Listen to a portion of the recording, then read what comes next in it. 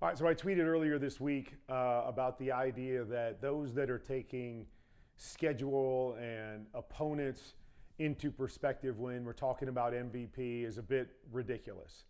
And the reason I say that is because there are so many different factors that go into the MVP and who's winning the MVP. And, I think we all know that it's not really the most valuable player, right? It's easy to make an argument. Well, if you took this player off of their team with who they have or what they have to do, this guy's more valuable to the next guy or than the next guy with their team. But bottom line is I think we all know the most valuable player award is going to the player that had the best season. And again, always going to be subjective. Who had the best season, especially when we're looking at different positions or, even I think, the current debate, although there's a number of players that could be in this conversation, but I think the current debate is Matthew Stafford against Drake May. And everybody wants to try to compare the seasons of these two guys. Like opponents. Okay, they played 6 like opponents, so that should determine it. Well, how do you just take 6 games, even though they were the same opponents, to take 6 games and not look at everything? Well, one, played a lot more tough teams than the other team, the other guy did. Okay, on paper, that's true. And the reason that, to me, I think it's ridiculous is because everything has to be taken in context. When a team is playing the opponent, how the opponent is playing at that particular time, even though overall they might not be a good team or they might not have a good defense or, maybe it's just a matchup thing. Just because, one team or one guy did really well against a certain defense and the other guy didn't, doesn't necessarily mean, well, that guy's a better player. Sometimes matchups just dictate why one team is going to be better against another. A quarterback may have a better offensive line, so against a better defensive front, he's going to have a chance to be more successful. And then there's just times where I played a lot of games in my career, and it wasn't always that the best statistical defenses gave me the most problems. There were times that there would be a bad team that didn't win a lot of games, that didn't have a statistically great defense, but they challenged us in different ways, or their game plan that particular week made everything harder for us than the good team that we played the week before. Sometimes it just comes down to game planning. It isn't even always about the quarterback, is that the game plan put in that week might just have been superior to the defensive scheme that they were playing, and they made the game easier for the quarterback, even though the team was a tougher team. There are so many different elements to this that we can't just compare apples to apples when both guys don't play the exact same schedule. Okay, so that to me is where this all comes from. So, Kurt, how do you decide who is the MVP? Well, you decide who the MVP is, in my opinion, and again, not who the MVP is, but who you think should be the MVP or who had the best season based on watching all of the tape, watching all of these guys and every snap that they took and every game that they played and say, who do I think had the better season? Not one had a great season and the other didn't. They both have had great seasons when we're talking about the quarterbacks. You look at Christian McCaffrey, who's had a great season. Bijan Robinson had a great season in terms of all-purpose yards, total yards from scrimmage, all of that stuff. So to me, you have to watch every game. And you get a sense when you're watching the games how difficult it is, the kind of plays those guys are making, the level of consistency by which they're playing at.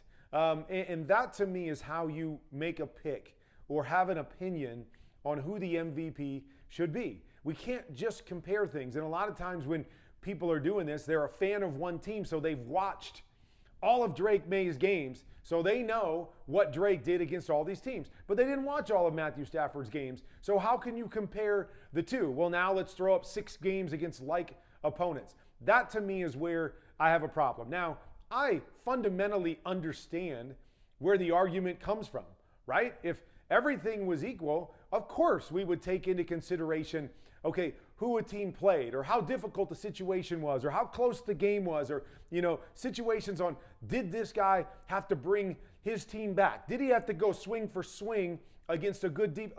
I understand fundamentally why we would bring all of that stuff into play. And it fully makes sense that we would do that.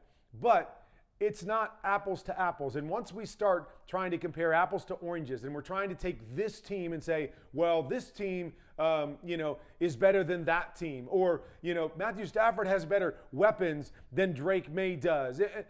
That stuff to me is way too subjective for an award like this. You have to watch the players play, and you have to watch them every week, and you have to understand it from a big picture. Because the other thing that we always do right is we have recency bias.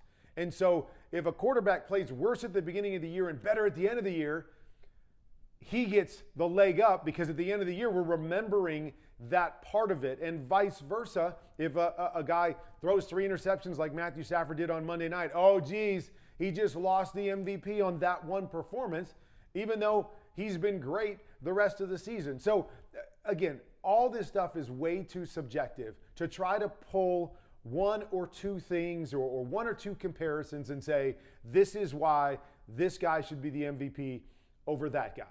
To me, it comes down to the people that vote should do the work.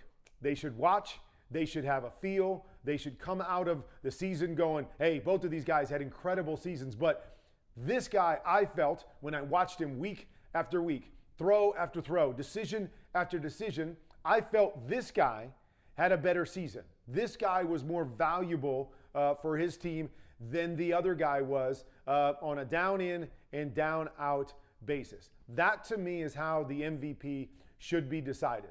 I'm not going to sit here and I don't believe I have a vote. Maybe I have a vote. I've had people ask me in the past, do I want to have a vote? But I watch the tape every single week of all these games, of all these players. And so I believe I have a good sense of what each of these guys has done all year. And from that, I believe I can make an assessment on maybe who has just a little bit of a tick up, or just who I would pick based on all the circumstances that are involved and what they've done the entirety of the season, who I would pick for that award. So I wanted to just put it out here instead of just tweeting a little bit here and a little bit there, and a lot of people going back and forth on my timeline, that this is where I stand on the award. Understanding all the things that everybody is saying, I just don't feel in the NFL, when you're playing against good teams and good players every single week, that we can just single out these different stats and these different things and these different opponents and the schedule, or the record of the different opponents, and think that that gives us a definitive way to define who should be the MVP, or who had a better season, or how much easier was Drake May's season than Matthew Stafford's. How do we determine that? How do we know that? Simply because we're looking at records?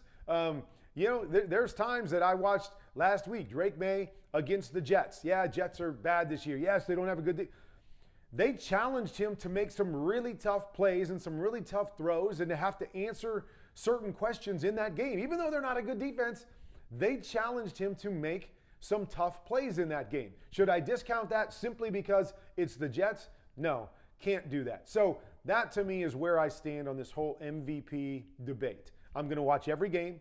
I'm going to watch every throw, and I am going to come up with my opinion on who deserves the MVP based on all of those factors. And it doesn't mean I hate one guy over the other guy. Doesn't mean there isn't 3 or 4 guys that could be deserving on any given year to win the MVP, but only one gets the vote. Only one is going to win the award. I looked at last year, right? Lamar Jackson could have very easily been the MVP with his stats and everything that went into it, and nobody would have blinked an eye because he deserved the MVP. But last year I felt Josh Allen was the MVP of the league when I watched the entirety of how it played out, and the numbers or the stats may not have looked as impressive, but when I watched him play and what he brought to his team and the moments that he had throughout the season, I felt like he deserved the MVP over Lamar Jackson last year. And that was just my opinion. But I would have no problem if somebody made the argument for Lamar Jackson. I would have sat back and said, yep, I can see exactly why he deserved the MVP as well. And so that to me is what's happening this year. There is going to be a number of guys that are going to be left out that should or could have won the MVP from a lot of different metrics. But one guy's going to win it based on whatever factors goes into the voting process. But this is what I believe the voting process should be.